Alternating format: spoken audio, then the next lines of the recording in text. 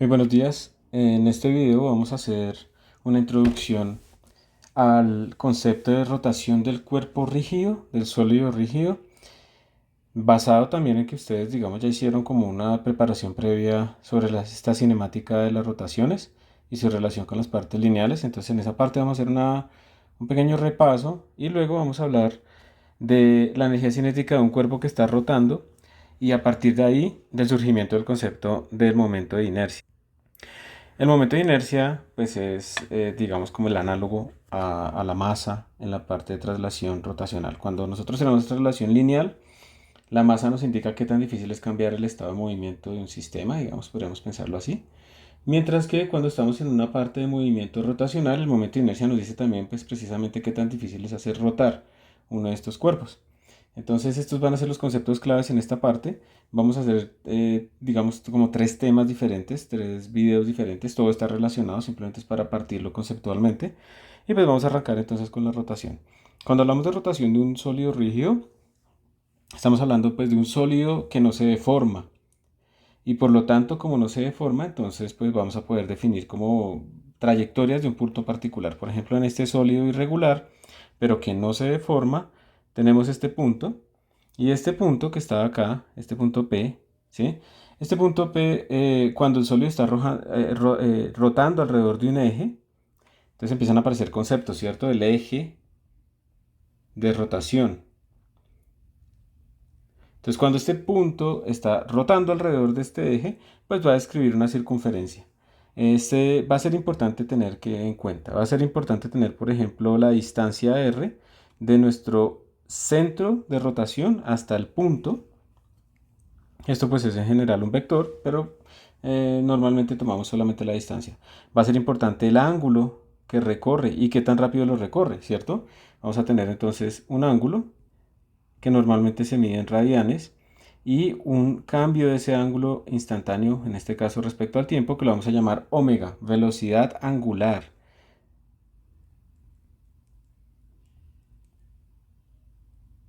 Y nos va a decir a nosotros cuántos radianes recorremos en una unidad de tiempo. Eso es lo que nos va a decir esta velocidad angular, el símbolo es omega.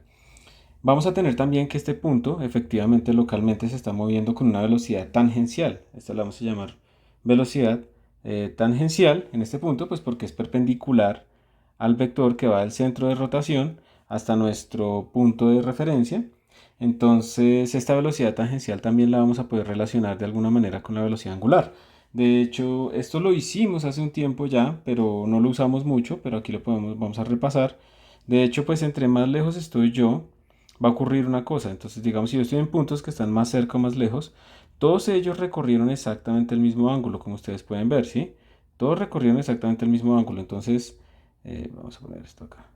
Digamos que ese teta es el mismo para esos tres puntos que señalé, pero la distancia que ellos han recorrido es diferente y ahí se puede ver, ¿cierto? Podemos observar que esa distancia específicamente va a ser diferente. Miren que la distancia que recorre aquí tangencialmente este punto es diferente a la que recorre tangencialmente este punto y pues tangencialmente este punto. Entonces observen que tenemos como diferentes distancias, pero todos recorrieron en el mismo tiempo el mismo ángulo. Entonces para todos esta velocidad angular es la misma.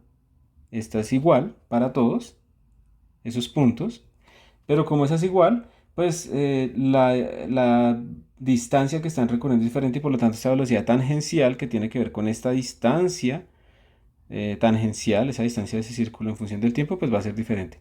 Y se puede demostrar pues que va a ser simplemente r por omega. De hecho, pues estas longitudes de arco son r por el ángulo, esa de hecho es la definición del ángulo en radianes.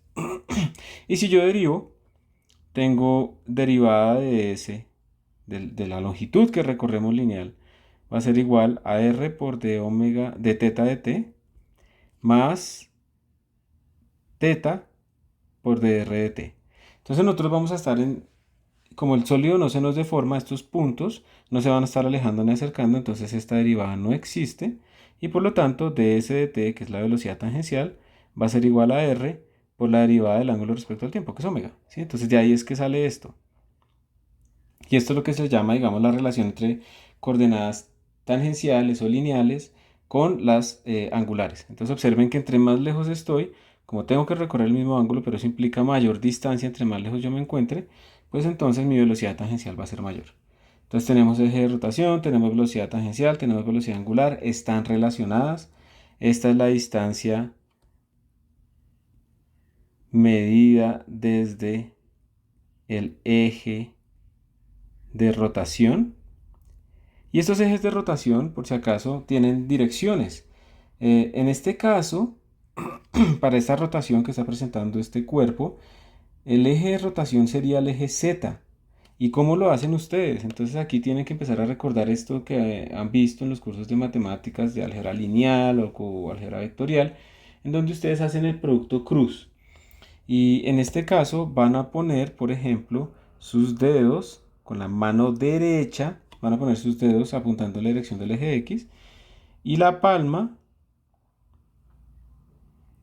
en la dirección del eje Y o cerrar los dedos en esta dirección. ¿Sí? La única forma de que pueda cerrar los dedos en esa dirección, teniéndolos primero apuntándolos todos hacia la dirección del eje X y luego cerrarlos hacia la dirección del eje Y, la única forma es que la palma está apuntando hacia el eje Y.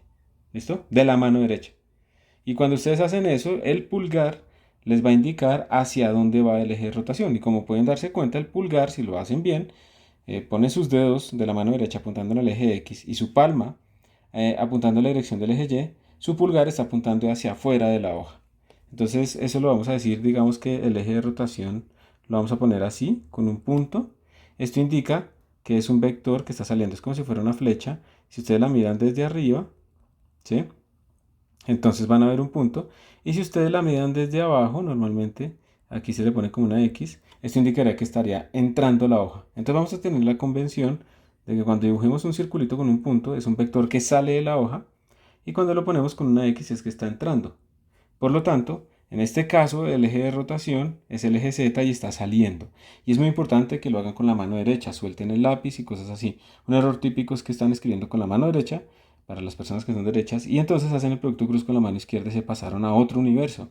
Aquí estamos hablando de la regla de la mano derecha. Y es importante, las personas de química saben que hay, por ejemplo, moléculas que son dextrógiras y otras que son levógiras y se comportan completamente diferente. Dextrógiros que se cierran en una dirección con la mano derecha y levógiros que se cierran en la otra dirección con la mano izquierda. El ADN también tiene su simetría y estas cosas son importantes. Entonces, por eso, digamos, hay una simetría intrínseca en estas cosas y ustedes van a utilizar la mano derecha. Entonces, siempre que algo rota, tenemos entonces un eje de rotación, tenemos entonces en cada punto particular una velocidad angular, que es la misma para todos en el cuerpo. Lo que cambia entre ellos va a ser la velocidad tangencial, pues precisamente porque cambian las distancias. ¿Sí? Eso es lo que estamos diciendo. Obviamente todos los puntos que estén a la misma distancia, como este, como este, como este, todos tienen la misma velocidad tangencial porque están todos a la misma distancia y todos están girando con la misma velocidad angular. Entonces, basado en esto, como pueden observar, empiezan a aparecer unas relaciones entre las cantidades tangenciales y las cantidades rotacionales. Si yo vuelvo a derivar esta característica, esto que tenemos acá, pues va a tener que hay una aceleración tangencial que va a ser igual para radio constante, igual a R por alfa. Alfa se define como la aceleración angular y es la variación de omega respecto al tiempo. Y eso sería como, digamos, el repaso de esa relación entre lo lineal y lo tangencial.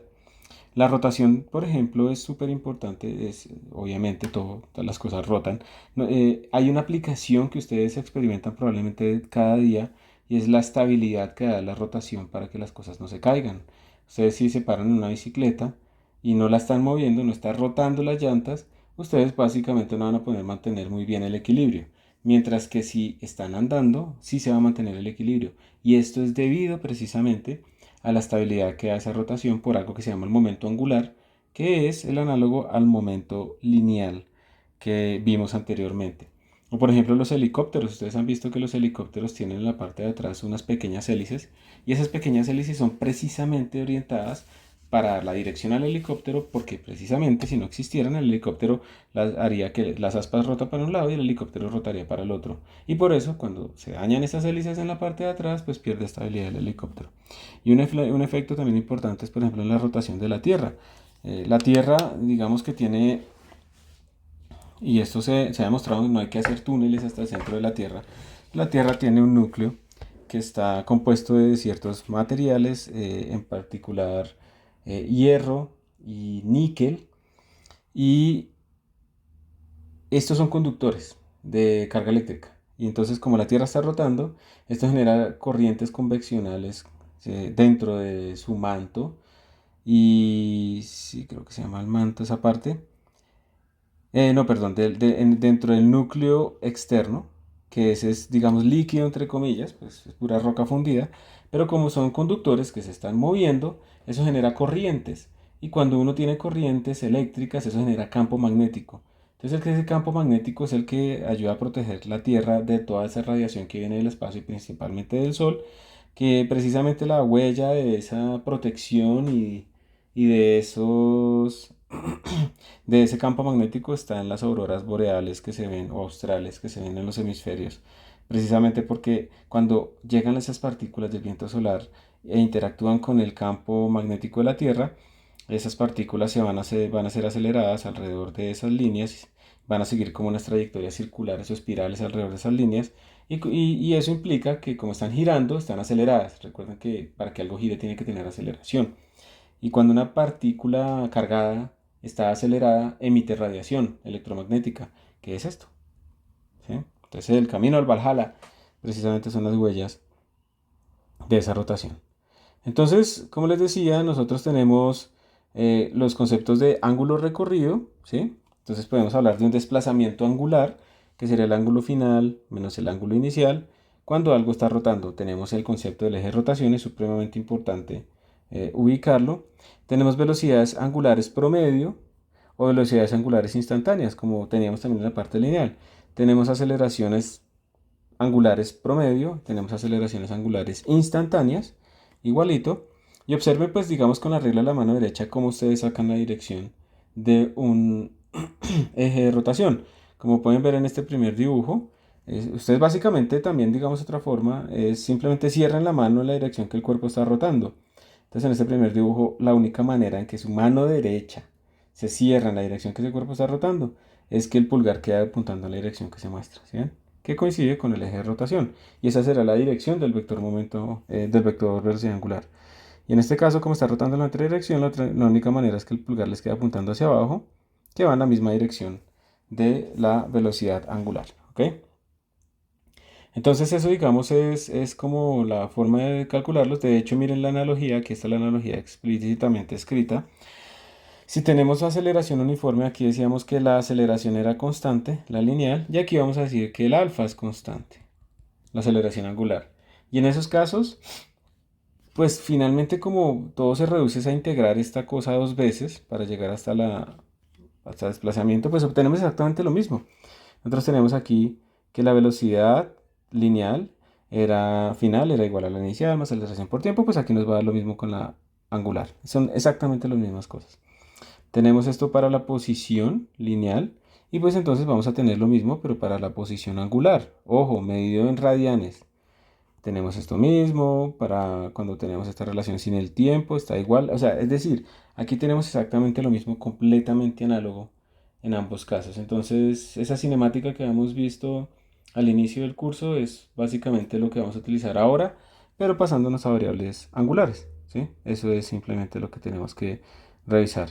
Hay una cosa importante y es que antes hablábamos del vector desplazamiento, del vector de posición, ¿sí? Decíamos, hay un vector de posición, pero no podemos decir que hay un vector de ángulo, ¿sí? Esto no se puede hacer. Uno puede mostrar que las rotaciones no conmutan. No conmutar quiere decir que A aplicado y luego B aplicado sea lo mismo que B aplicado y luego A aplicado. Y por lo tanto, ese vector no se comporta como un vector. Uno sí puede definir componentes, pero eso no es un vector. Porque un vector no se define porque yo pueda escribir dentro de paréntesis las cosas, sino que se define por cómo se comporta bajo transformaciones y si cumple ciertas propiedades. Y en este caso los vectores de rotación, los que son los ángulos, no se comportan como vectores. Los que sí se comportan como vectores son las velocidades angulares y las aceleraciones angulares, eso sí. Entonces es una cosa curiosa de las rotaciones. Entonces bueno, aquí hay un ejemplito, digamos como para tratar de utilizar esto del movimiento circular uniforme. tenemos que las cuchillas de esta licuadora están rotando a 375 radianes por segundo, ¿sí? Entonces nos dieron un omega que es 375 radianes por segundo. Esas son las unidades. A veces nos hablan de revoluciones por minuto, a veces nos dicen revoluciones en un minuto. Entonces, revolución quiere decir una vuelta completa, y una vuelta completa tiene 2 pi radianes, y un minuto tiene 60 segundos. Entonces, de esta manera es que podemos pasar de revoluciones por minuto, o RPM, revoluciones por minuto, a radianes sobre segundo. Esa es la forma de transformarlo.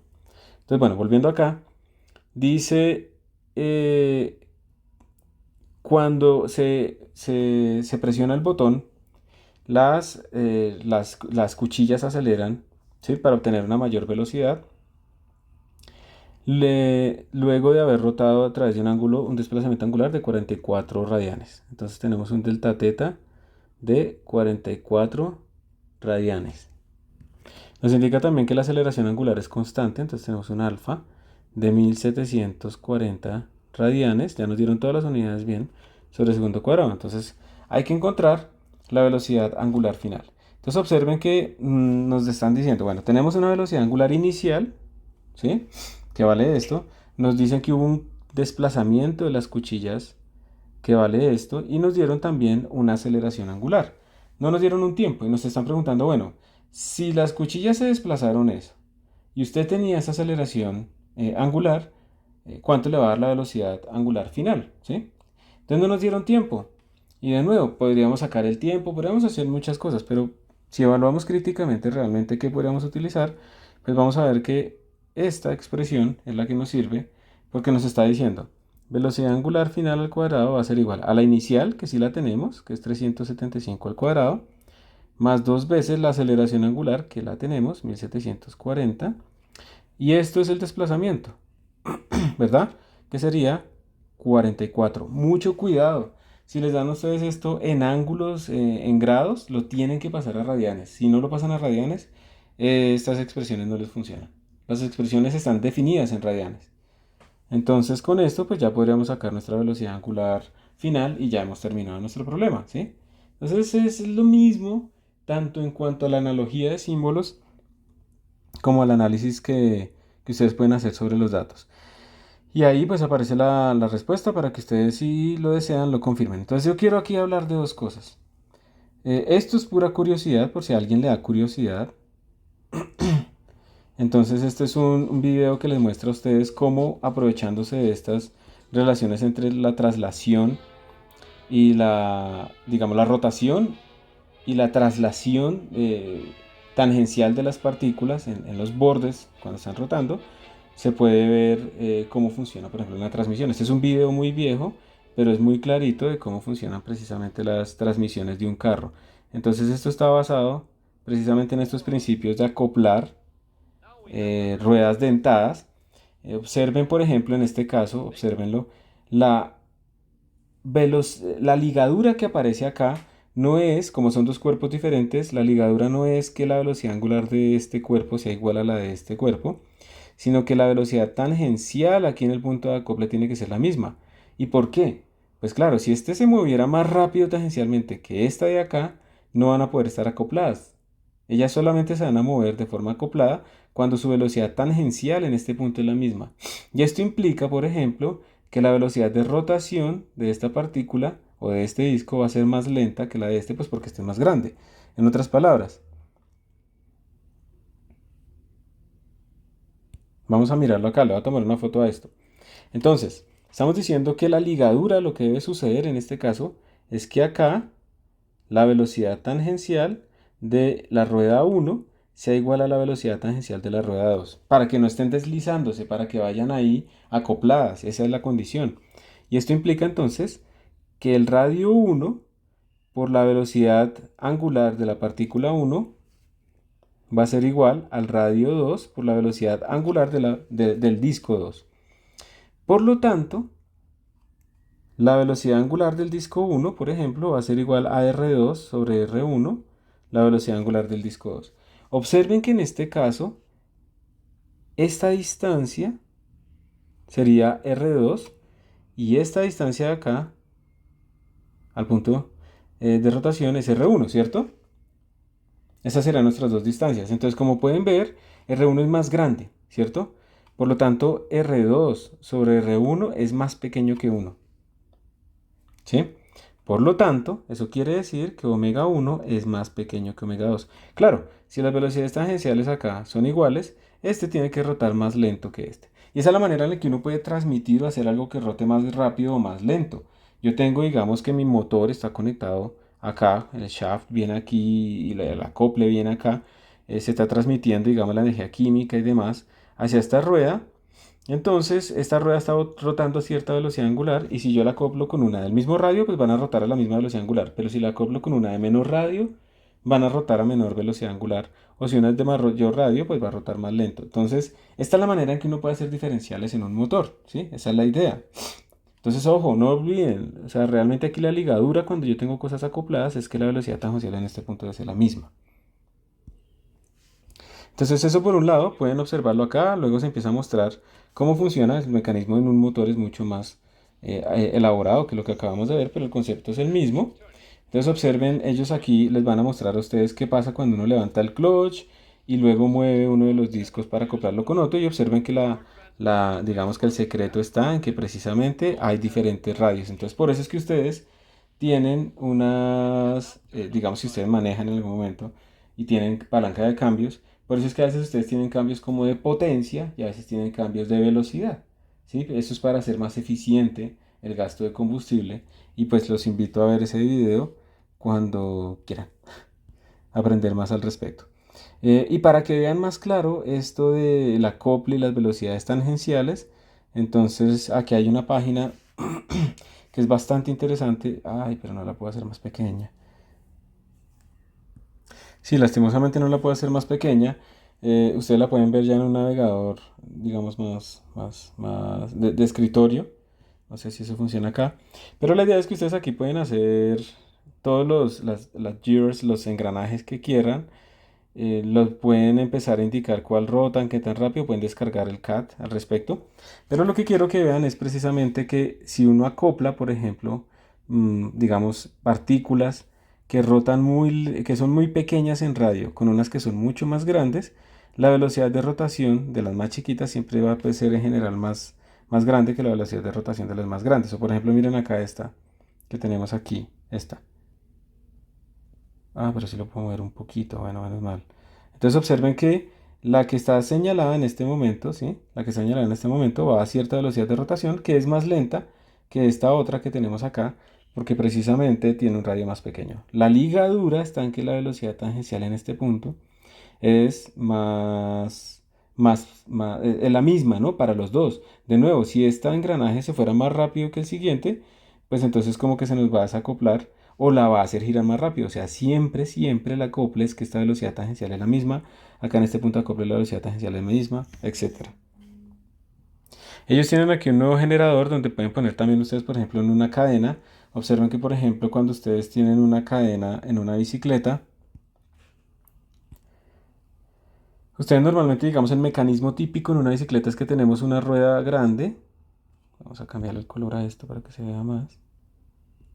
Entonces tenemos una rueda grande y tenemos una rueda pequeña que puede cambiar de tamaño de acuerdo a los cambios, ¿cierto?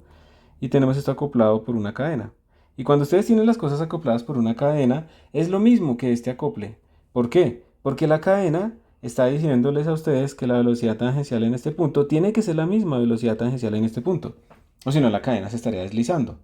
Y por esa razón, uno puede, jugando con esto, uno puede hacer que cambiando el tamaño de este disco, cambia la forma en la que uno aplica la potencia en la bicicleta. Y por esa razón es que cuando uno va a subir una montaña o algo así, necesita un cambio diferente a cuando quiere más velocidad. ¿Sí? Es exactamente el mismo principio y precisamente la rueda dentada de la cadena y demás es lo que está garantizando esa ligadura. Entonces, para que lo tengan en cuenta cuando estén estudiando ese tipo de sistemas. ¿Ok? Entonces, listo. Eso era, digamos, como el resumen general de la velocidad tangencial y demás. Ahora lo que vamos a hacer es hablar de la energía cinética rotacional. ¿Y esto por qué es? Recuerden que cuando empezamos a ver rotaciones dijimos, bueno, hay una partícula, digamos que vamos a lanzar, y esa partícula tiene como dos movimientos. Digamos que si la lanzamos para hacer movimiento parabólico, la partícula, su centro de masa, va a seguir la trayectoria parabólica, pero la partícula puede estar rotando alrededor del centro de masa, ¿cierto? Entonces el movimiento se va a poder, digamos, distinguir entre un movimiento del centro de masa y una rotación alrededor del centro de masa. Podemos, digamos que en forma general, descomponer el movimiento de nuestros cuerpos de esta manera. Y por lo tanto, vamos a tratar ahora de olvidarnos un momento un poco del centro de masa y vamos a pensar solamente en las rotaciones. Una cosa importante es que, digamos de forma experimental o heurística, ustedes de pronto se han dado cuenta que es mucho más fácil hacer rotar una barra alrededor de este primer eje de rotación que alrededor del segundo eje de rotación. Es la misma barra, pero es un poco más complicado en el segundo eje. ¿Y eso por qué se da? Pues digamos que conceptualmente lo que va a suceder es que vamos a encontrar que lo que sucede en el segundo caso es que la masa está más distribuida alejándose del eje de rotación. ¿Sí? En el primer caso, nosotros tenemos casi toda la masa muy cerca del eje de rotación y por lo tanto esto va a ser fácil de hacer girar. ¿Sí? Eso es como lo inicial, lo primero que tenemos ahí. En el segundo caso, miren que la masa está más alejada del eje de rotación y nos va a costar más. Entonces tiene que haber alguna medida, una medida que nos indique qué tan lejos está del eje de rotación. Todavía no sabemos cómo es esa medida. Podemos decir, no, es que es R, la distancia del eje de rotación. Pero ¿cuál R? ¿Es este R completo? ¿Sí? ¿O es este R acá parcial? Digamos, ahí viene esa pregunta, ¿sí? ¿Cuál es ese R? ¿Y por qué no es R al cubo? ¿Y por qué no es raíz de R o logaritmo de R? Todos son crecientes, ¿no? Entonces vamos a ver precisamente que para hacer estos problemas, lo más fácil es partir las cosas por pedacitos, ver qué pasa en ese pedacito y luego sumar la contribución en todo eso. Y esa técnica de partirlo en pedazos chiquitos y luego sumar es una técnica muy poderosa, muy aplicable en ingeniería para resolver problemas reales y nos va a llevar a hacer integrales. Pero bueno, vamos a ver entonces de dónde podemos deducirlo. ¿Sí? Estas fórmulas que salen, a veces esos no salen así porque alguien se las inventó, realmente surgen, como hemos visto, de manera natural. Entonces lo que vamos a hacer es decir, bueno, supongamos que vamos a estudiar el movimiento de una partícula de estas y yo quiero entonces preguntarme cuál es la energía cinética de, por ejemplo, de esta barra que está girando. Entonces yo lo que hago es decir, la voy a partir en como en masitas puntuales, ¿sí? Y cada una de esas masitas pues tiene una energía cinética, digamos K1, K2, K3, K4, todas esas son energías cinéticas y las voy a sumar todas. Entonces la energía cinética total va a ser la suma de esas pequeñas energías cinéticas, ¿cierto? Entonces, cada una sería un medio de m1 por b1 al cuadrado, un medio de m2 por b2 al cuadrado, y así sucesivamente. Entonces, finalmente lo que obtuvimos fue esto. La energía cinética total de esta barra al estar rotando alrededor de ese eje, pues es igual a lo que tenemos acá. Pero recuerden que estas velocidades son velocidades tangenciales, se pueden escribir como el radio de cada una de esas partículas por el omega. Entonces esto lo podríamos reescribir como un medio sumatoria de la masa iésima por r iésimo, porque claro, las distancias están cambiando, ¿cierto? Cada una de estas distancias está cambiando. Entonces por eso no lo podemos sacar de la sumatoria por omega. Y omega sí es el mismo. Recuerden que cuando dijimos que en la rotación de sólido rígido, el omega va a ser el mismo. Entonces esto está en al cuadrado. Esto lo puedo escribir como un medio sumatoria de mi por ri al cuadrado por omega. Y observen entonces que hay una cosa acá que sí depende como de la distancia y de la masa. Entonces esto lo podemos reescribir como un medio por algo que vamos a llamar I por omega, donde este I va a ser la sumatoria de las masas por la distancia al cuadrado. Esto es lo que nos mide qué tan difícil es mover algo. Porque nos están diciendo no solamente que depende de la distancia, sino también nos está diciendo que depende de la masa. ¿Está bien? Esto se llama el momento de inercia rotacional. Y este momento de inercia rotacional es el análogo a la masa en traslación horizontal. Entonces, miren que no solamente depende de la distancia, sino también depende de la masa. ¿Ok? Y realmente, pues, cuando se estudia de forma general este problema, aquí lo estamos, digamos, haciendo respecto a un solo eje de rotación en un sistema que es muy simétrico. Realmente, pues aquí nos está dando esto es un número, ¿listo? Pero realmente el momento de inercia es una matriz, ¿sí? Y para los que van más allá, pues van a darse cuenta que es un tensor y no sé qué, pero pues aquí nosotros vamos a utilizar el caso más sencillo y es que el momento de inercia es un numerito porque vamos a aprovechar, pues digamos, las diferentes simetrías de nuestros cuerpos. Lo vamos a hacer de esa manera. Entonces observen que surgió naturalmente el momento de inercia. Entonces, primero que todo, esto implica que la energía cinética es igual a un medio de I, o vamos a ponerlo así para que no haya confusión, a I. Y aquí creo que me falta un cuadrado, ¿no? Y por omega al cuadrado sobre 2. Recuerden que esta es la rotacional. Nosotros habíamos hablado de la traslacional. Era masa por rapidez del centro de masa al cuadrado sobre 2. Entonces observen que de nuevo es completamente análogo. Y tenemos entonces que el análogo de la masa pues es el momento de inercia. Pero hay una cosa importante, súper diferente. Miren que la masa siempre era la misma independiente desde donde yo medía las cosas, ¿sí? La masa era la misma. Pero en rotaciones no es cierto, porque el momento de inercia depende de las distancias al eje de rotación. Entonces el momento de inercia va a ser diferente entre este y este eje de rotación. Aquí uno esperaría que si llamamos a este I2 y a este lo llamamos I1, esos dos momentos de inercia van a ser diferentes y uno esperaría que I2 sea más grande que I1, porque en I2 tenemos la masa más alejada del eje de rotación, la distribución de la masa. Esto es un detalle importante diferente entre las rotaciones y las traslaciones. Entonces, bueno, aquí está el desarrollo, es lo mismo exactamente, y entonces aparece el momento de inercia y la forma de escribir la energía cinética de nuestros cuerpos. Entonces, un par de ejemplos ilustrativos. Aquí tenemos tres pequeñas esferas que rotan alrededor de ese eje vertical. No importa, digamos, podemos pensar que está rotando así. Tenemos la distancia perpendicular al eje. Esa es otra cosa importantísima. Esta distancia que está acá en el eje de rotación, esta distancia es la distancia perpendicular al eje. ¿Listo? No, es decir, ¿eso qué quiere decir? Digamos que si yo señalo este punto, si yo escojo este punto como mi punto de referencia para calcular esta distancia R que tenemos acá, ¿sí? Esta RI, ese es mi punto iésimo. ¿Cuál distancia cojo? Porque miren, el eje de rotación son todas esas líneas. Entonces, tenemos, esta es una distancia, esta es otra distancia, esta es otra distancia, ¿sí? Esta es otra distancia, y todas estas son distancias. Todas estas podrían ser el RI, mi vector RI, y bueno, vamos a decir que solamente la distancia RI, RI, RI, RI. Todas estas las podemos utilizar nosotros. Entonces ahí hay que escoger alguna, ¿sí? Hay que escoger alguna basados en un criterio no arbitrario. Y entonces lo que se hace es escoger la que, o sea, realmente se puede mostrar que la que se utiliza es esta, la que es perpendicular. Y esto implica realmente que es la distancia más corta.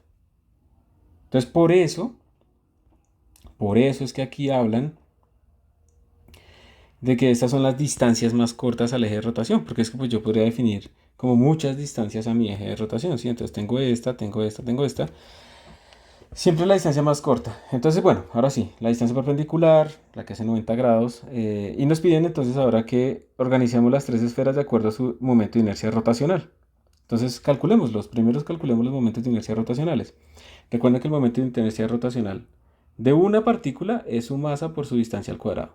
De muchas partículas, pues es la sumatoria de esto, ¿sí? Eso es lo que tenemos nosotros, ¿ok? Entonces, en este caso vamos a calcular el de cada una. Aquí sería para esta 36 por 1 al cuadrado, o sea que esto nos va a dar 36 kilogramos metro cuadrado.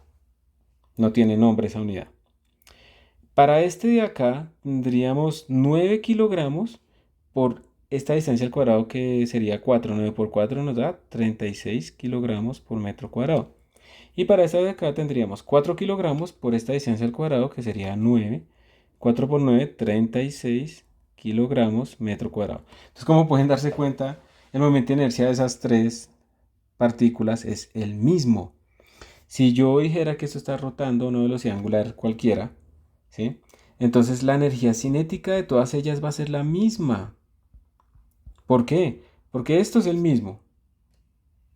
Y esto nos dio igual. Entonces observen que aunque las masas son diferentes, las distancias juegan un papel importante y el momento de inercia pues va a hacer que nuestra energía cinética sea la misma para esas tres partículas. En estos casos, porque nos dio el mismo momento de inercia y todas estarán rotando con la misma velocidad angular. Entonces, para que tengan en cuenta que en las rotaciones no solamente importa la masa, sino que también importan las distancias. Y eso está codificado en el momento de inercia. Y si cambia el eje de rotación o si cambian nuestras distancias, definitivamente va a cambiar nuestro momento de inercia. Eso es clave, eso es importante. Aquí tenemos otro caso, miren. Tenemos un caso de un bastón, digamos, de hacer porras, ¿sí? Y en este caso tenemos dos diferentes ejes de rotación. Bueno, perdón, tenemos un eje de rotación.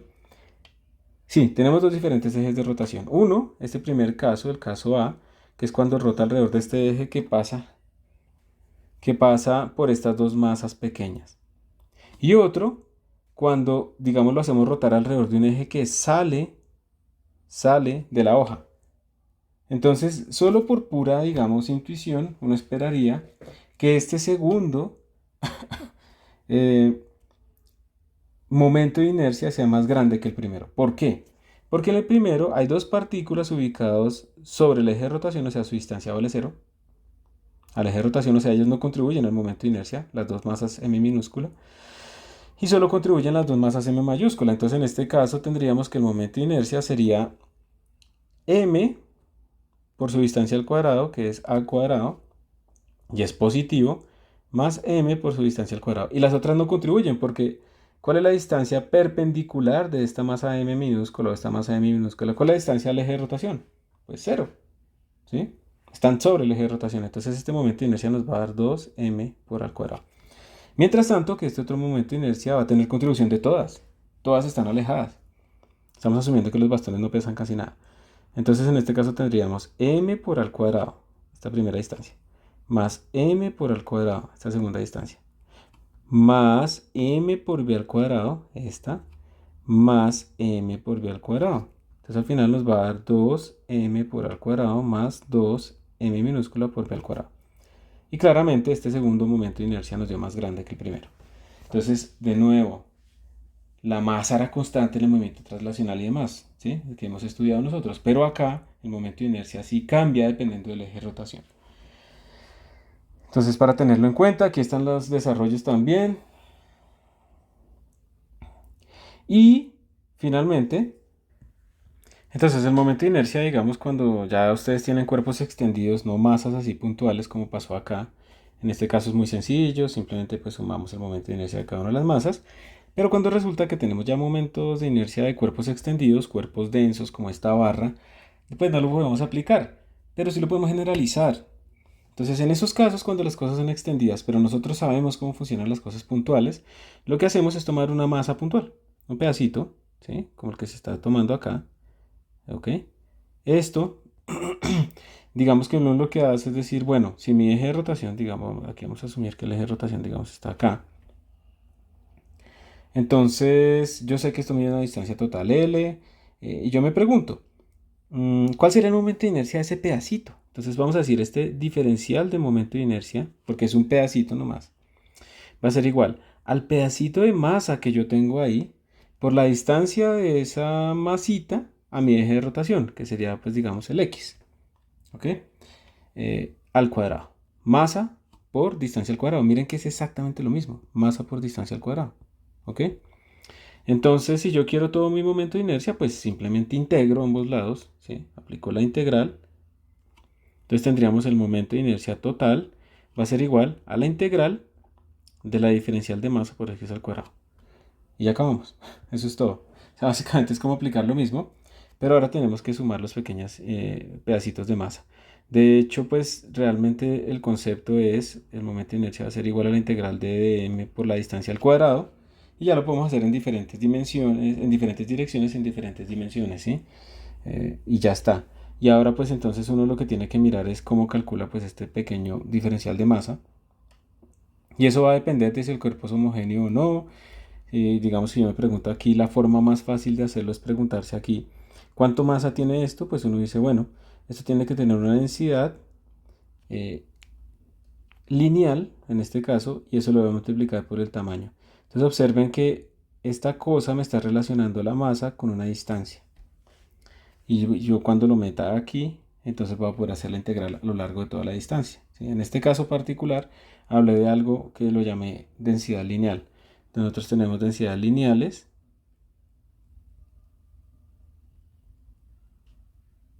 Tenemos densidades superficiales.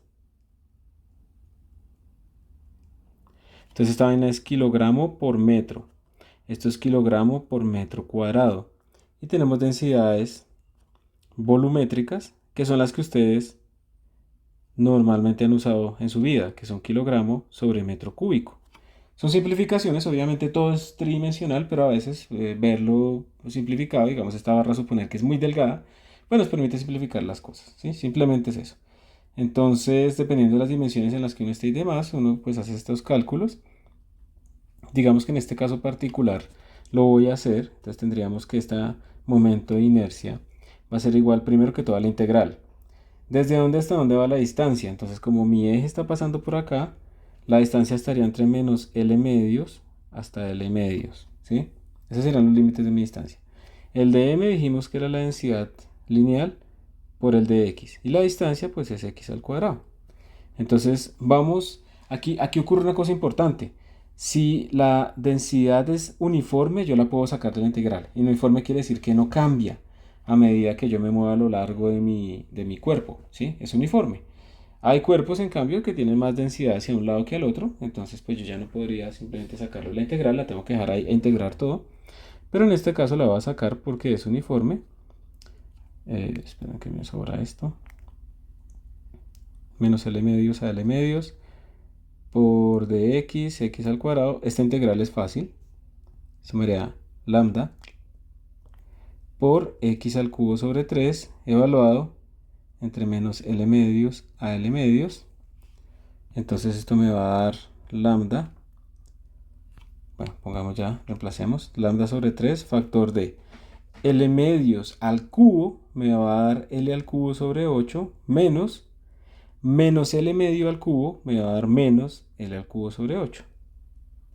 Y entonces se me van a sumar esos dos, ¿cierto? Me va a quedar lambda sobre 3 por L al cubo sobre 4. Y lambda, entonces la puedo desaparecer, como estamos asumiendo que es uniforme, pues lambda sería la masa total de mi cuerpo sobre la longitud total de mi cuerpo, en este caso es L. Entonces yo reemplazo, porque es uniforme, esto quiere decir que es uniforme o es homogéneo. O sea, la misma distribución a lo largo de todo el cuerpo. Entonces, m sobre 12, 4 por 3 me da 12, por L al cubo, y miren que me quedó m por L al cuadrado sobre 12. Entonces, el momento de inercia de una barra que rota alrededor de su centro de masa, ¿sí? Está rotando alrededor de su centro de masa, es la masa de la barra por la longitud de la barra al cuadrado sobre 12. De hecho, prácticamente todos los momentos de inercia se pueden escribir como una constante por la masa del cuerpo por una distancia característica al cuadrado.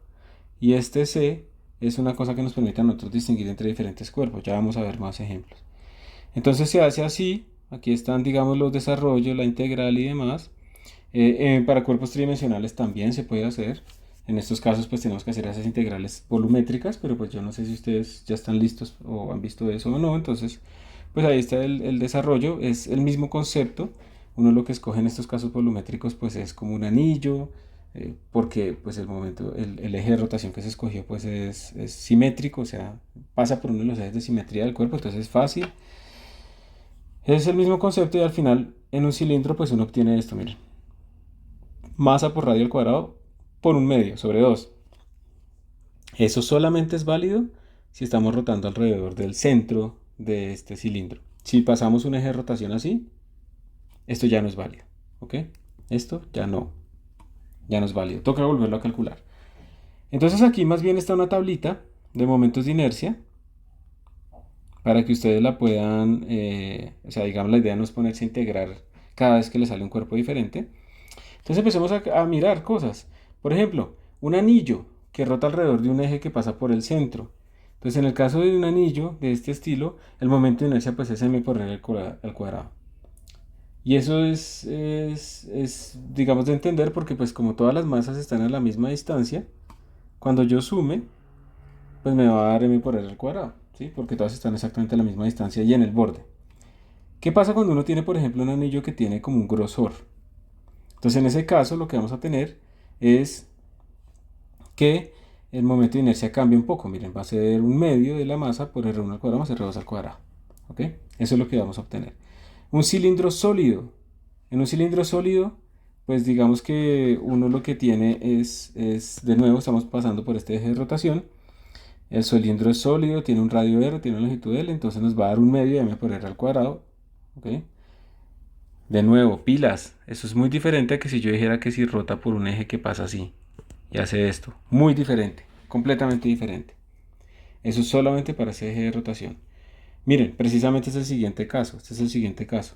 Cuando rota alrededor de este otro eje, cambia. Entonces ahora es un cuarto de m por r cuadrado más un doceavo de m por l. Miren que esta es como la contribución de una barra. ¿Sí la ven? Ya. Esa es la contribución de una barra rotando, pero como además esta barra tiene grosor, entonces aparece otra contribución extra.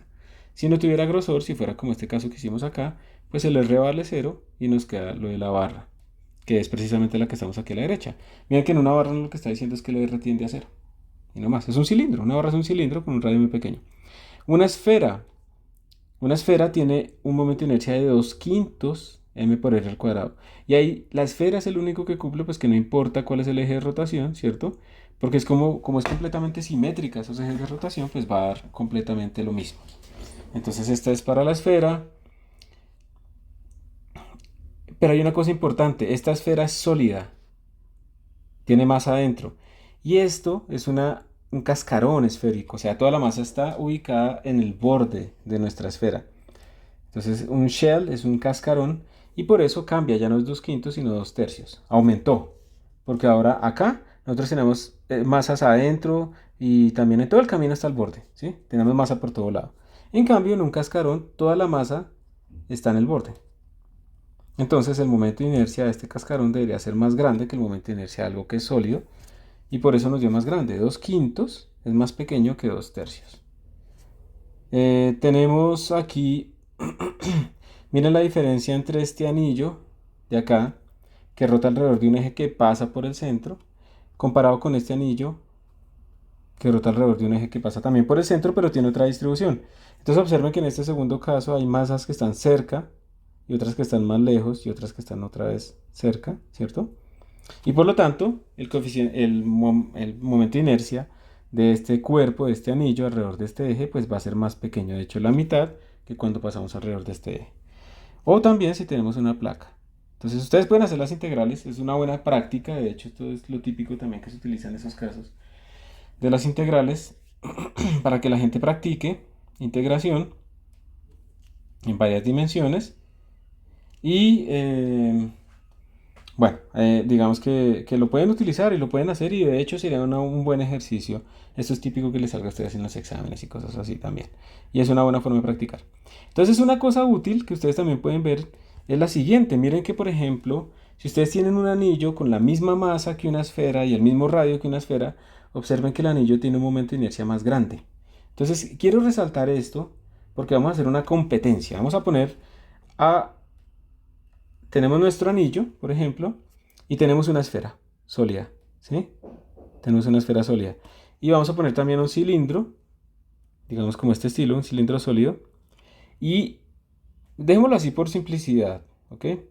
Quiero que observen que todos van a tener la misma masa y todos van a tener el mismo radio. Pero observen que esos factores que hemos estado hablando, que multiplican al m por r al cuadrado, pues aquí el factor es 1. Aquí el factor es 2/5, ¿sí? ¿Y cuál otro fue el que escogimos, Esteban? Y aquí el factor es un medio. Entonces esto es 0.5 y esto es 0.4. Sí. Entonces observen que aunque tengan la misma masa y tengan el mismo radio, los momentos de inercia son diferentes. Entonces, ¿esto qué quiere decir? Quiere decir que si yo los pongo a rodar en una rampa que va hacia abajo a estos cuerpos, y los pongo a rodar, hay unos que van a llegar antes y otros que van a llegar después. Aunque tengan la misma masa y el mismo radio. ¿Cuál creen ustedes que va a llegar antes? ¿Cuál creen ustedes que va a llegar después? ¿Sí? Piénsenlo un momento y traten de hacer su predicción. Y lo vamos a ver acá. Primero en una animación, utilizando GeoGebra. Entonces en este caso ellos van a rodar. Hay un cubo de hielo también además. Que este cubo de hielo se va a deslizar.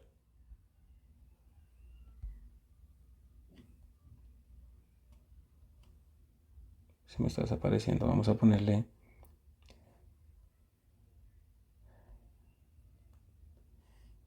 Utilice el desktop site. A ver si con eso no molesta. ¿Listo? Entonces aquí tenemos esos cuerpos. Ay, sí, me toca no moverlo.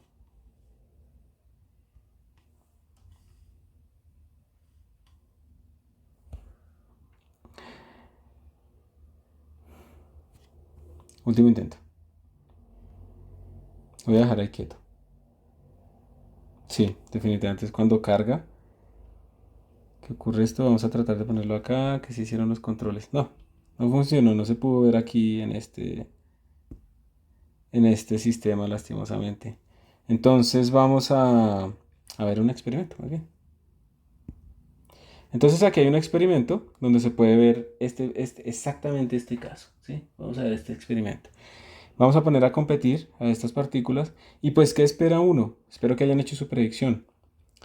Lo que espera uno es el que tenga más momento de inercia, va a rotar más lento. Va a costar más hacerlo girar. Entonces, el que tenga menos momento de inercia va a rotar más rápido. Y por lo tanto, lo que uno esperaría es que la esfera sólida llegue antes que el cilindro y antes que el anillo. El anillo va a ser el que llega de último. Eso es lo que esperamos que suceda. Miramos a ver si existe. Vamos a ir a Flipping Physics. Tenemos las ads.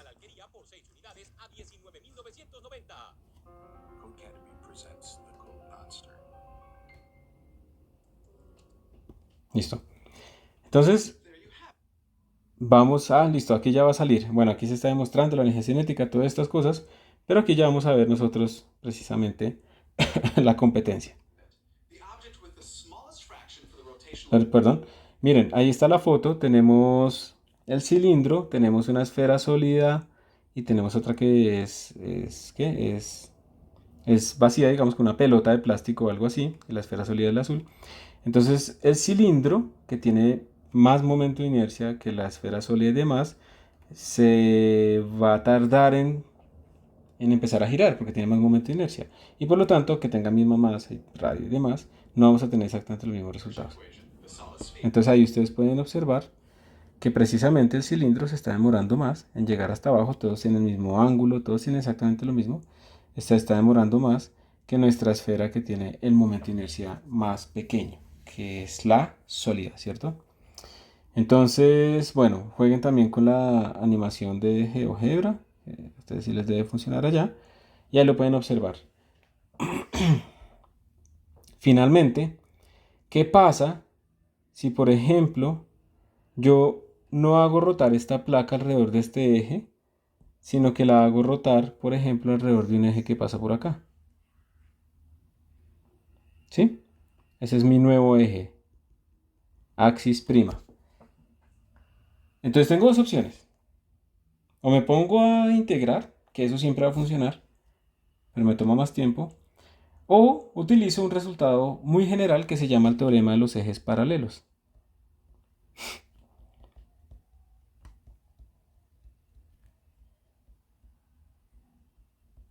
Paralelos. ¿Sí? Teorema de los ejes paralelos. Es muy importante que los ejes sean paralelos. Estos dos ejes son paralelos.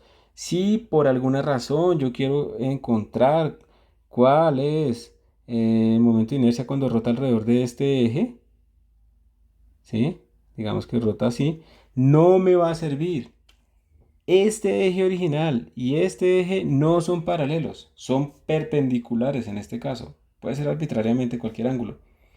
Entonces es muy importante que el resultado que se les va a mostrar, lo recuerden que es para ejes paralelos. ¿Listo? No tienen que estar pasando por el mismo sitio ni nada, sino que tienen que ser paralelos. ¿Ok? Eso es lo importante. Entonces, este teorema de los ejes paralelos es un teorema muy poderoso que nos permite a nosotros simplificar, digamos, lo siguiente. Normalmente se calcula, o estas tablas nos dan a nosotros eh, el momento de inercia alrededor del centro de masa y luego en un problema dado nos pueden preguntar a nosotros el momento de inercia alrededor de un eje paralelo como este. El teorema es muy sencillo. Básicamente ese teorema nos dice el momento de inercia alrededor de un nuevo eje va a ser igual el momento de inercia alrededor, digamos, del centro de masa, que es normalmente el de referencia, más la masa total de mi cuerpo por la distancia entre los ejes al cuadrado. Eso es todo. Entonces, simplemente calculo cuánto vale esta distancia entre mis ejes paralelos, ¿sí? Calculo esta distancia y ya, la meto ahí. Y eso es todo. Es un teorema muy potente, muy poderoso y nos permite a nosotros calcular nuevos momentos de inercia respecto a algunos que pasan por el eje de rotación. Por ejemplo, casos en que no se puede utilizar.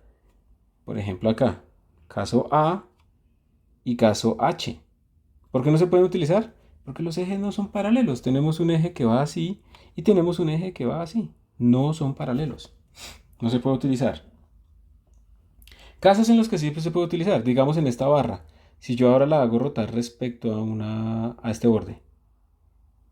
¿Sí? Digamos que yo la quiero hacer rotar respecto a este borde. Ahí sí son paralelos. Y entonces el nuevo momento de inercia sería igual al momento de inercia respecto al centro de masa más la masa de mi partícula por la distancia entre estos dos ejes, que sería L medios, ¿cierto? Entonces la distancia entre estos dos ejes al cuadrado. Entonces escribamos, esto sería m por L al cuadrado sobre 12 más m por L al cuadrado sobre 4. Entonces aquí yo podría, bueno, hay varias formas de hacerlo. Voy a factorizar m por L al cuadrado sobre 4, factor de 1/3, es lo que me faltó aquí para que se me arme el 12, más 1. Entonces esto me va a dar m por L al cuadrado sobre 4. Y esta suma, pues ustedes la pueden hacer muy fácil, les va a dar 4/3. Se me da el 4 con el 4 y entonces me quedó m por L al cuadrado sobre 3. Perfecto. Entonces nos dio más grande, ¿no? Porque el otro era dividido entre 2. Y claro, nos tiene que dar más grande porque cuando estamos en el borde, mucha más masa está más lejos de mi eje de rotación. Y este es el teorema de los ejes paralelos. Primero, tiene que ser paralelos y segundo, pues es muy sencillo. Momento de inercia original más la masa por la distancia entre los ejes al cuadrado. No más. Aquí está la demostración matemática. Simplemente pues es utilizar las definiciones de un vector relativo y ya está. Pero ese es el teorema. Entonces es un teorema muy sencillo. Si digamos mi esfera está rotando alrededor de este eje y luego quiero que rote alrededor de este eje, también son paralelos, lo puedo aplicar, ¿sí? No hay problema. Entonces tengan en cuenta simplemente pues cuánto les sirve y solamente les sirve cuando sean ejes paralelos. Eso es todo. ¿Ok? Entonces aquí hay un ejercicio de aplicación de este teorema para que lo revisen, ¿sí?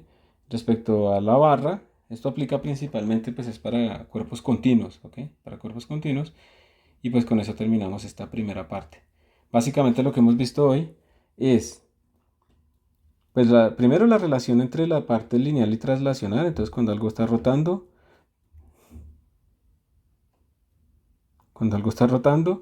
entonces tenemos nosotros que lo que medimos es el ángulo en radianes, tenemos velocidad angular y tenemos aceleración angular. Y eso es lo análogo a lo que tenemos de x, v y a, ¿sí? Teniendo cuidado con que omega sí puede ser vector igual que b, alfa puede ser vector igual que a, pero teta no puede ser vector igual que x. Eso es lo único. Tenemos movimiento circular uniforme. Ahí están las ecuaciones antes, no las voy a repetir. Tenemos que hay una relación entre cuando algo rota a una velocidad angular y su desplazamiento.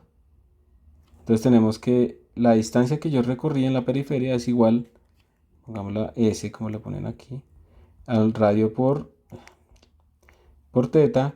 La velocidad tangencial es igual al radio por omega y la aceleración tangencial es igual al radio por alfa. Tengan en cuenta que este radio es la distancia más corta, perpendicular, entre el eje de rotación y el punto que me está interesando a mí en mi cuerpo. ¿Qué más vimos? Vimos también que la energía cinética se puede escribir rotacional Rod, como I por omega al cuadrado sobre 2, donde apareció entonces ahora una nueva cantidad que es el momento de inercia, que para masas puntuales es simplemente la suma de las masas por la distancia al cuadrado de cada una de las masas, y cuando son cuerpos extendidos, pues es la integral de el diferencial de masa por su distancia al cuadrado, cualquiera de las dos. Hay unas tablas allí para calcularlo y ya está. Y también vimos el teorema de los paralelos que nos dice que el momento de inercia respecto a un nuevo eje va a ser igual al momento de inercia del centro de masa, o bueno, el de referencia, más la masa de mi cuerpo por la distancia entre los ejes al cuadrado. Y eso ya está. Y tiene que ser el teorema de los ejes paralelos. Paralelos. No lo olviden. Y eso es todo. Entonces, pues, como siempre, repasar, traten ustedes de hacer un resumen. Normalmente, digamos, la idea cuando uno hace esto es que uno va tomando notas, ¿cierto? Uno va escribiendo sus notas, uno de pronto tener una parte de preguntas para ir colocando las preguntas y al final escribir como un resumen de todo lo que vio. Esto creo que se llama las notas tipo Cornell. Las pueden buscar las plantillas y demás, pero es una cosa muy útil. Así no le pongan Cornell, así no sea tramador, lo que sea, no importa. Traten siempre de hacer un resumen de lo que acabaron de ver, de estructurarlo y de escribirlo, como si lo fueran a explicar a alguien. Eso les va a demostrar a ustedes qué partes sí entendieron y qué partes no entendieron. Las que más les cuesten, no las han entendido. Las repasan, hacer ejercicios y bueno, con esto tendríamos esta primera parte.